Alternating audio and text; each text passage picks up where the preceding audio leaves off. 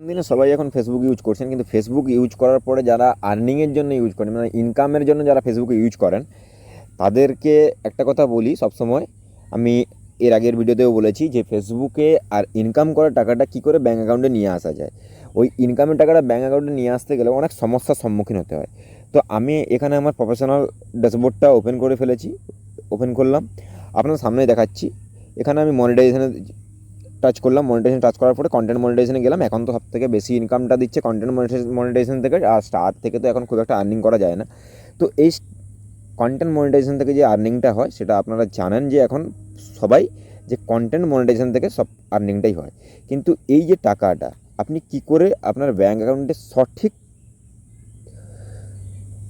সিস্টেমটা অবলম্বন করে আপনি কী করে ব্যাঙ্ক অ্যাকাউন্টে টাকাটা নিয়ে আসবেন। তো আপনাকে প্রথমে চেক করতে হবে পে আউট। আমি পে আউটটা চেক করাচ্ছি আপনাকে। পে আউটটা চেক করাতে গিয়ে দেখবো যে আমার পে আউটে কত টাকা আছে, মানে কত ডলার আমার পে আউটে জমা হয়েছে।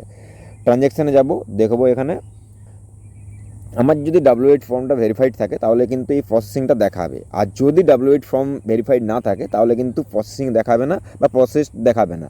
ওটা দেখাবে কি নট ফর পেয়েবল, এরকম অনেক কিছু সমস্যা দেখা দেয়। তো এখানে আরেকটা সমস্যা এসছে, প্রায় এখন অ্যাকাউন্টে দেখা যাচ্ছে। তো আমার অ্যাকাউন্টেও এসছে, এটা আমি ঠিক করে নেব, এটা আপডেট করতে দিয়েছি। এখানে ম্যান ফান্ডাটা হচ্ছে এই জায়গাটায় যে পাঞ্জাব ন্যাশনাল ব্যাঙ্ক আমি অ্যাড করেছি, ডাব্লিউ8 ফর সার্ভিসটা আমার ভেরিফাইড আছে। আমি যতগুলো আমার ফেসবুক আইডি বলুন, পেজ বলুন, যতগুলো আছে সব আমি এই পাঞ্জাব ন্যাশনাল ব্যাঙ্কের সঙ্গে অ্যাড করেছি। অ্যাড করার পরে আমি যখন পে আউটটা আপডেট করেছিলাম $25, $25 যখন আপডেট করতে যাই তখন এই প্রবলেমটা এসছে, অ্যাকশন রিকোয়ার্ড।